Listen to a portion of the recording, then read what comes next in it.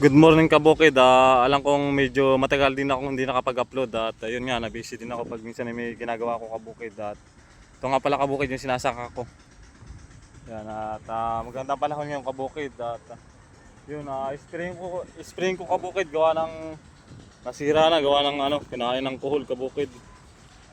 Pag naulan dito kabukid, lubog lagi itong binubukid ko eh. Kaya ayun, pag lumulubog damadami yung kuhol kabukid.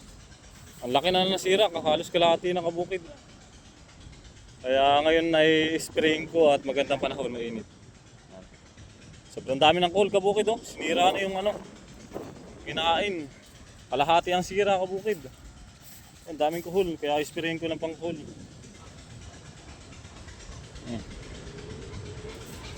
Kaya natin sa dulo kabukid. Yan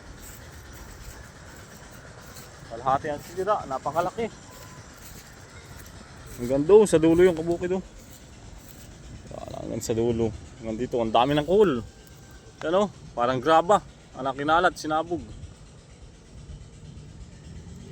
Kaya ngayon na-spraying ko ng pangkuhol. Yun, yung pagsasaka nga pala kabukid talagang yun, sinasabi ko mayroong pagkalugi.